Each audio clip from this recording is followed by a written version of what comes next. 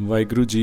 ਹਾਂਜੀ ਵਾਹਿਗੁਰੂ ਜੀ। ਵਾਹਿਗੁਰੂ ਜੀ, ਜਿਵੇਂ ਮਾਸ ਨੂੰ ਲੈ ਕੇ ਜਾਂ ਜਿਵੇਂ ਮੰਨ ਲਓ ਅੱਜ ਕੱਲ੍ਹ ਵੈਜ ਨੌਨ ਵੈਜ ਕੀ ਖਾਣਾ ਚਾਹੀਦਾ ਕੀ ਨਹੀਂ ਖਾਣਾ ਚਾਹੀਦਾ, ਬੜੇ ਤਰ੍ਹਾਂ ਦੇ ਸਵਾਲ ਨੇ। ਸਤ ਬਚਨ। ਪਰ ਵਾਹਿਗੁਰੂ ਜੀ, ਅਸੀਂ ਆਪ ਤਾਂ ਉਲਝਣਾਂ 'ਚ ਪਏ ਰਹਿੰਦੇ ਹਾਂ, ਪਰ ਆਪਾਂ ਕਦੀ ਵਿਚਾਰ ਕੇ ਦੇਖਿਆ ਕਿ ਮਹਾਰਾਜ ਕੀ ਸਮਝਾਉਂਦੇ ਨੇ। ਹੁਣ ਤੁਸੀਂ ਦੇਖੋ, ਮਹਾਰਾਜ ਨੇ ਸਾਨੂੰ ਬ੍ਰਹਮ ਗਿਆਨ ਬਖਸ਼ਿਆ ਹੈ।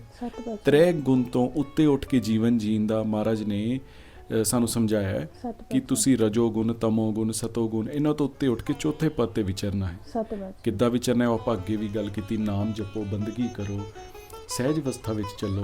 ਠੀਕ ਹੈ, ਤੁਸੀਂ ਦੱਸੋ ਮਾਸ ਬਾਰੇ ਮਹਾਰਾਜ ਨੇ ਕੀ ਗਿਆਨ ਦਿੱਤਾ ਹੈ? ਮਹਾਰਾਜ ਨੇ ਤਾਂ ਬਹੁਤ ਗਿਆਨ ਦਿੱਤਾ, ਤੁਸੀਂ ਥੋੜਾ ਜਿਹਾ ਪਲੀਜ਼ ਵਿਚਾਰੋ। ਵਾਹਿਗੁਰੂ ਜੀ, ਸਭ ਤੋਂ ਪਹਿਲਾ ਜੀ ਇਹ ਜੋ ਸਰੀਰ ਹੈ ਜੀ ਉਹ ਕਾਮ ਹੈ ਜੀ। ਗੁਰਬਾਣੀ ਵਿੱਚ ਸਰੀਰ ਨੂੰ ਕਾਮ ਕਿਹਾ ਗਿਆ ਹੈ। ਸਤ ਬਚਨ। ਇਹ ਤਾਂ ਆਪਾਂ ਪਹਿਲੇ ਵੀ ਗੱਲ ਕਰ ਚੁੱਕੇ ਹਾਂ ਨਾ ਵਾਹਿਗੁਰੂ ਜੀ। ਪਹਿਲਾ ਮਾਸੈ ਨਿਮਿਆ, ਮਾਸੈ ਅੰਦਰ ਵਾਸ। ਜੀ गुरु महाराज जी कह रहे हैं, सब तो पहले मास भाव पिता दे वीर्य तो ही जीव के अस्तित्व दा आरंभ होंदा है। जी सत बचन वाहिगुरू जी। फिर इस दे शरीर दा भोजन भी सारा मास है। जी वाहिगुरू जी। अनाज विच भी मास है जी। ते जेड़े दुनियावी सुख भोगदा है, जी रिश्तियां दे विच रहिंदा है, जी, एक अलग तरह दे ਸਕੂਨ ਸਾਨੂੰ ਮਿਲਦਾ ਹੈ। ਜੀ ਸਤ ਬਚਨ ਵਾਹਿਗੁਰੂ। ਇੱਕ ਦੂਜੇ ਦੇ ਮਾਸ ਨਾਲ ਪਿਆਰ ਹੈ। ਜੀ ਵਾਹਿਗੁਰੂ ਜੀ। ਸਤ ਬਚਨ।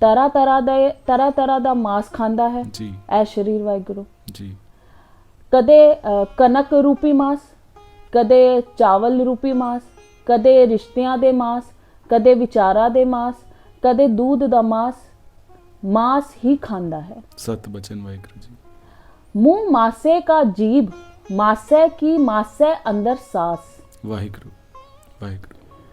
इसका मुंह भी मांस का है, जीभ भी मांस की है, मांस में ही सांस लेता है। सत बचन। वड्डा होया विआया घर ले आया मांस। जब जवान होता है और ब्याया जाता है तो भी स्त्री रूप मांस ही घर लेके आता है। जी।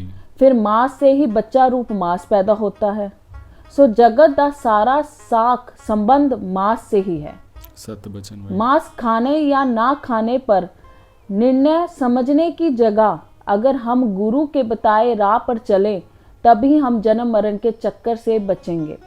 वाहिगुरु जी, ये जो मैं हिंदी में भी बीच में बात कर रही हूँ, ये इसलिए कर रही हूँ क्योंकि बहुत संगत मैसेज करती है कि तुसी पंजाबी विच तो गल करदे हो, पंजाबी सिर्फ पंजाबियों को ही समझाना है। संगत ने बहुत मैसेज किए थे कि जो ऑलरेडी सिख हैं उन्हें तो ऑलरेडी पता है, ठीक है, तो आप हमारे लिए हिंदी बोलो क्योंकि हमें कुछ समझ ही नहीं आ रहा आप क्या समझाना चाह रहे हो। जी, जी, जी। तो ये जो है, ये इसलिए मैं बीच में हिंदी में भी बात करूँ क्योंकि जो हमारी हिंदी वाली संगत है, बहुत बीबियां, बहुत वाहिगुरू जी, बड़े सिख परिवार ने, चाहे वो महाराष्ट्र च बैठे ने, दिल्ली बैठे, किते बाहर बैठे, हरियाणे च बैठे, उन्होंने ਜਿਵੇਂ ਤੁਸੀਂ ਮੰਨ ਕੇ ਚੱਲੋ ਵੀ ਪੰਜਾਬੀ ਨਹੀਂ ਆਉਂਦੀ, ਪਰ ਉਹ ਸੁਣਨਾ ਵੀ ਚਾਹੁੰਦੇ, ਸਮਝਣਾ ਵੀ ਚਾਹੁੰਦੇ ਕਿ ਮਹਾਰਾਜ ਨੇ ਕੀ ਸਮਝਾਇਆ। ਵੀਡੀਓਜ਼ ਵੀ ਦੇਖਦੇ ਨੇ ਸਾਡੀ, ਤਾਂ ਮੈਨੂੰ ਵੀ ਬੜੇ ਪਰਸਨਲ ਮੈਸੇਜ ਵੀ ਆਏ ਕਿ ਵੀਰ ਜੀ ਜਿਹੜੀਆਂ ਤੁਸੀਂ ਵੀਡੀਓ ਬਣਾਉਂਦੇ ਹੋ ਤੁਸੀਂ ਤਾਂ ਪੰਜਾਬੀ ਬੋਲਦੇ ਹੋ, ਪਰ ਤੁਸੀਂ ਭੈਣ ਜੀ ਨੂੰ ਕਿਹਾ ਕਰੋ ਵੀ ਉਹ ਹਿੰਦੀ 'ਚ ਗੱਲ ਕਰਦੇ ਨੇ ਤਾਂ ਕਿ ਘੱਟੋ ਘੱਟ ਆਪਾਂ ਉਹਨਾਂ ਦੀ ਗੱਲ ਤਾਂ ਸਮਝੀਏ। ਸਤ ਬਚਨ। ਵਾਹਿਗੁਰੂ जी,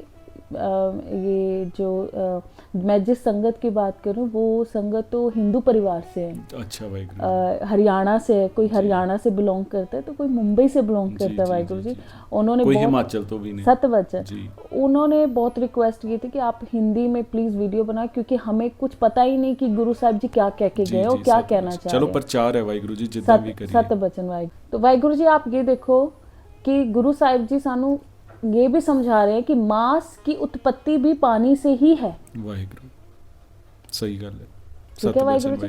तो ये तर्क करने से अच्छा कि मांस खाना चाहिए या नहीं खाना चाहिए, तभी गुरु साहिब जी बाणी में लिख के गए हैं, मांस मांस कर मूर्ख झगड़े, ज्ञान ध्यान नहीं जाने, कौन मांस कौन साग कहावे, किसमें पाप समाणे। तो आप इन चीजों से हटकर आपको सारा गुरु साहिब जी ने समझा ही दिया है। जी, जी, जी। तो आप खुद ही मांस के पुतले हो, मांस ही खाते हो, मांस की ही जीभ है, मांस में ही सांस लेते हो। तो ये चीजें छोड़ के कि कौन खाता है कौन नहीं खाता है, सबसे बड़ी चीज कि आप ध्यान लगाओ उस नाम जो जो नाम बख्शा है गुरु साहिब जी ने, उस नाम में अपना ध्यान लगाओ, इस जन्म मरण से चक्कर से अपने आप को मुक्त कराओ वाहिगुरु जी। बिल्कुल। सच्चाई पहचानो कि सच है क्या वाहिगुरु जी। सतवचन वाहिगुरु जी। वाहिगुरु जी का खालसा, वाहिगुरु जी की फतेह।